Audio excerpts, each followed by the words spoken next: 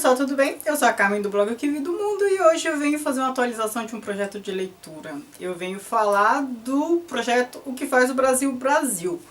E dessa vez eu vou falar de 3 livros, né? Conforme eu já avisei a vocês que agora eu vou fazer essas atualizações assim mais frequentemente, comentando menos obras.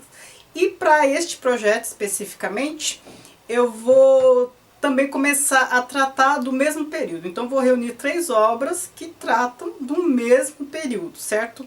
Porque, como eu já disse no vídeo inicial desse projeto, que eu vou deixar aqui embaixo para vocês, e vocês vão poder ver lá o vídeo inicial, que eu comento melhor o projeto, e os outros também de atualização. Ou melhor, eu vou deixar o post, aí no post vai estar o vídeo inicial com os vídeos de atualização também. E tudo que eu já fui lendo, né? Que eu já tô lendo e tudo mais. Relembrando que para esse projeto eu leio livros de ciências humanas de modo geral, literatura, história, sociologia, tudo que nos faz compreender porque somos como somos. E desta vez, neste vídeo especificamente, eu vou tratar só de romances. 3 romances do século XIX, tratando da realidade do século XIX. Lembrando que eu não vou fazer um resumo desses romances, dos livros tratados. Eu só vou levantar os aspectos que interessam a esse projeto, que nos ajudam a entender o Brasil. Isto posto, vamos ao primeiro. Isaú e Jacó, do Machado de Assis. O que tem aqui que ajuda a gente a entender a nossa realidade, a formação do nosso povo? Aqui é a história dos 2 irmãos, Pedro e Paulo, né? E como eles não se dão bem, né? São gêmeos que não se dão bem, o título do livro remete à Bíblia, né? A história de Isaú e Jacó. E eles não se dão bem por quê? Disputa de irmãos, né? Muito comum. E essa disputa faz com que um seja adepto da monarquia, seja conservador, e o outro seja adepto do liberalismo. Então, um era pró-Dom Pedro e o outro era pró-república. E eles brigavam muito por conta disso. Só que eles brigavam não porque fossem altamente politizados. Eles brigavam por tudo. Então, assim, não é uma discordância como um meio para questões políticas. A discordância é um fim em si mesmo, né? Então, se não fosse pela política, seria por outra coisa. Como acontecem outros fatos aqui, brigam pela mulher, brigam por isso, brigam por aquilo, e aí entra a política no meio. O que nos interessa aqui? Ora, um é republicano, outro é liberal, né? Nesse período de proclamação da república. Os 2 brigam. Tem a passagem da tabuleta, né? Eu acho que no vídeo que eu comento o que esperar de Machado de Assis, eu cito essa passagem da tabuleta. Proclamam a república e a confeitaria do império se converte em confeitaria da república. Ou seja, mudou apenas uma tabuleta. E eles brigam por quê? Pela briga, porque nada muda, porque são os mesmos dirigentes, são as mesmas questões, só para o inglês ver, mudou a rubrica, é disso que Machado de Assis está falando. Então apresenta lá os 2 brigando, Dom Pedro, o liberalismo e tal, mas isso é bobagem, porque nada muda. É isso que o Machado de Assis quer dizer. Então a gente teve uma proclamação da República que não apresentou nenhuma mudança substancial. O mesmo aconteceu com a libertação dos escravos, o mesmo aconteceu com a independência do Brasil, né? Então há uma mudança que é mais de rubrica do que uma mudança cultural, uma imposição pela revolução, né? Nós não fazemos revolução, né? Fizemos poucas e mesmo assim elas foram pouco representativas. Aqui tem um outro aspecto também que eu quero falar, que ajuda a gente a entender o século XIX. Nós entendemos que a formação do Brasil europeizado, os europeus vieram para cá, porque antes existia Brasil dos índios, né? Essa formação começou a acontecer mais substancialmente no século XVII. Começou a acontecer no século XVII, né? As pessoas vindo para cá, não para explorar, mas mais para morar mesmo, mais substancialmente, né? Claro, no século XVII, XVIII. E ela se concretizou mesmo firmemente no século XIX com a vinda da família real. Isso quer dizer o quê? O Brasil não teve período feudal. Por que eu estou falando disso? Porque no período feudal havia uma organização administrativa que é muito diferente da organização que a gente tem hoje, né? Vocês vão se lembrar lá das aulas de história, lá da quinta série, ensino fundamental, sei lá. No período feudal tinha o senhor lá das terras, aí tinha os servos, tinha o vassalo. Era um pedaço de terra com um proprietário, ele tinha ali trabalhadores que trabalhavam para ele e ele defendia as terras. Com isso eu quero dizer o quê? O senhor proprietário de terras também era um senhor das guerras, das lutas, porque ele defendia o seu feudo. Com isso acabou surgindo títulos nobiliárquicos, que depois se tornaram os títulos de nobreza.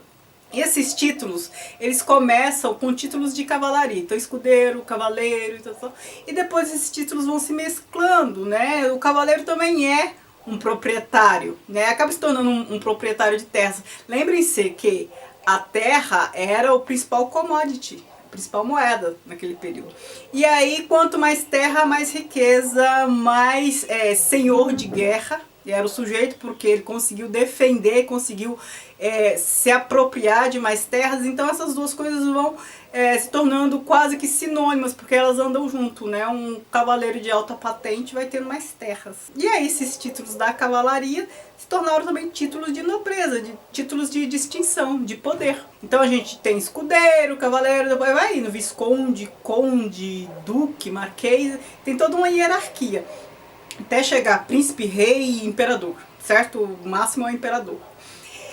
E esses títulos se tornaram aos poucos títulos de distinção apenas, né? Porque as mudanças na organização começaram a aparecer. Aí o sistema feudal foi se transformando em sistema absolutista e esses títulos também foram se tornando títulos mais de nobreza, que já era meio que de cavalaria, de nobreza, e até que com a ascensão da burguesia, esses títulos começaram a ser vendidos. Então os burgueses compravam títulos para parecer terem tradição, né? Então barão, duque, não sei o que, esses títulos eram comprados, eram concedidos pelo imperador, por reis e tudo mais, né? Então assim, aqueles conchavos todos.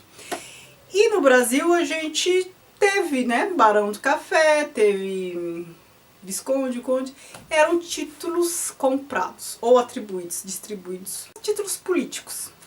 E aqui isso aparece.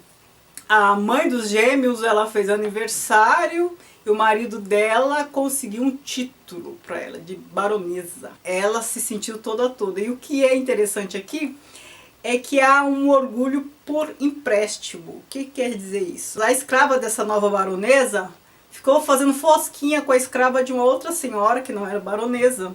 Então ela tinha orgulho do título da patroa, ou seja, ela tinha orgulho não de algo dela, ela tinha orgulho por servir uma patroa que era baronesa. Então, assim, esse orgulho por empréstimo ficou fazendo fosquinha com a outra. Tipo, a minha é baronesa, a sua não é. Alguma coisa assim. É claro que ela não fala dessa forma, mas alguma coisa assim. Então, o Machado de Assis aponta essas coisinhas, esses pequenos detalhes. Eu falei pra vocês, né? O Machado de Assis é das sutilezas. Ele tá apontando essa falta de sentido desses títulos, né? Que antes tinham sentido de conquista mesmo, né? Assim como é com os militares, né? Eles vão tendo medalhas a partir do momento que vão conquistando, né? Vitórias e tal. O mesmo era com os títulos de nobreza. Até que a burguesia, que compra tudo, começou a comprar títulos, né? E a nobreza, como estava sempre mal das pernas de dinheiro, vendia títulos, né? Então era uma troca. Quem tem dinheiro compra a tradição. E é isso que o Machado de Assis mostra aqui. Memórias de um sargento de milícias. O que tem aqui que nos interessa? Me interessa para esse projeto. Aqui o autor ele mostra a população, assim, o povão, o modo de falar, o modo de se comportar. E aí isso é muito legal, por quê? Porque é um livro que não trata de maneira nenhuma da burguesia. Ele trata da formação da malandragem ali na corte, né? A gente está aqui no período imperial, porque ele começa assim, era nos tempos do rei. Então ele está falando do império, período imperial, Rio de Janeiro. O Rio de Janeiro era a corte. Então como foi se constituindo a população do Rio de Janeiro, né? Normalmente portugueses pobres que vinham para cá. Eles não eram escravos, não eram burgueses, e não tinham poder. Então, o que que eles eram? É o barbeiro, é a comadre, é o padre, e ele vai mostrando como esse pessoal vai se formando, né? Essa formação de baixo clero do Rio de Janeiro neste período, o que não é tão comum assim de ver, porque o que que a gente vê nos romances? A gente vê os burgueses e a gente vê os escravos, então os senhores das terras e os escravos, né? Normalmente é isso que aparece nos romances. E aqui ele mostra, ele exclui essas outras classes. Aqui não aparece escravo, pelo menos não como personagem importante, e muito menos burguês. Aparece no máximo assim, baixa burguesia, que eu acho que a gente nem poderia chamar de baixa burguesia. É o povo, a massa que tem que trabalhar para se virar, né? E a gente não está falando de pessoas que conseguem cargo público, porque aí já era uma média burguesia, não. Abaixo desses ainda. Não são escravos, não são funcionários públicos, não são burgueses. O que sobrou são os personagens desse livro. É o barbeiro, é o auxiliar do padre, é o delegado, é o manda-chuva, e como eles vão se relacionando, como por meio da malandragem vai se formando a população do Rio de Janeiro. É mais ou menos assim que o autor fala, né, no fim, né, como vai se formando o povo. Gostei muito. Aqui, Lucília, do José de Alencar. Aqui tem um aspecto bem interessante, né? Também Rio de Janeiro, né? Rio de Janeiro era a corte, então no século XIX tudo acontecia lá. Pelo menos tudo que acontecia nos romances acontecia lá no Rio de Janeiro. Aqui a Lucília, ela é uma cortesã, uma prostituta. O que é interessante aqui? Quando o rapaz, o mocinho da história, a conhece, ele se interessa por ela, e o amigo dele fala, não é o seu, é uma mulher. Ou seja, ser mulher tinha um sentido pejorativo, né? É como se fosse, é uma mulher da vida, né? Não vale a pena. Ele se apaixona por ela também por ele, tem toda a história, né? Romanceada. O papel da Lucília aqui, principalmente no começo, quando ela estava assim em atividade, mostra muito bem como era no Rio de Janeiro do século XIX, essa questão das prostitutas. Nesse período no Brasil, no Rio de Janeiro principalmente, havia um interesse muito grande pela França.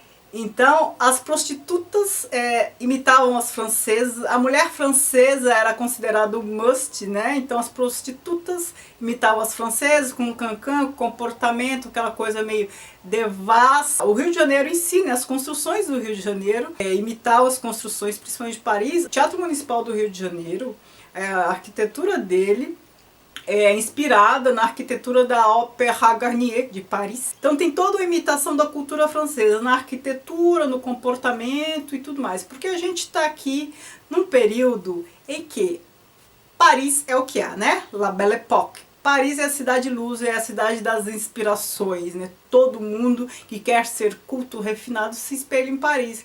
Então era chique. Até as prostitutas terem um comportamento de uma francesa. Então muitas gringas que vinham para o Brasil, elas se diziam francesas. Às vezes nem era, às vezes era polaca, polonesa. Mas assim, bastava ser bem clarinha, de preferência loira, falava que era francesa, usava todas aquelas vestes, usavam sotaque e tudo mais. Isso aparece aqui. E o comportamento da Lucília aqui é o comportamento típico das prostitutas desse período, das cortesãs que imitavam as francesas, que traziam um pouco da cultura francesa para o Rio de Janeiro, e era chique, e até para a prostituta era chique. Isso aparece aqui nesta obra, principalmente no episódio em que ela faz uma performance, né? Quem lê o livro sabe do episódio que eu estou falando, e ele fica horrorizado. Ela faz uma performance que era típica das dançarinas de Cancan, lá do Moulin Rouge, lá do Montmartre, em Paris.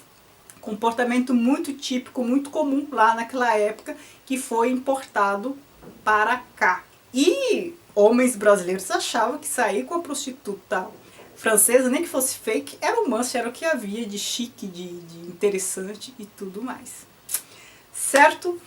Então essas são as 3 obras, né? São 3 obras que evidenciam um pouco do comportamento da sociedade no Rio de Janeiro do século XIX. E a gente viu aqui diferentes classes, né? Eu falei de prostituta, de escravo, de burguesia e tudo mais. Muito interessante isso. Eu adoro esse período do Brasil, porque adoro entender como as coisas funcionavam nessa época, segunda metade do século XIX. Se você leu alguma dessas obras, quer comentar, então vamos continuar a conversa aqui embaixo. Eu tenho mais livros para atualizar esse projeto, mais livros lidos, mas como eu estou fazendo por período, eu vou comentar os outros num outro vídeo, tá bom? Então não se esqueçam de se inscrever no canal, se não for inscrito, de curtir, de me seguir nas redes sociais, o que vi do mundo, Snapchat, Instagram e Facebook. Muito obrigada por assistir, beijos, tchau, tchau.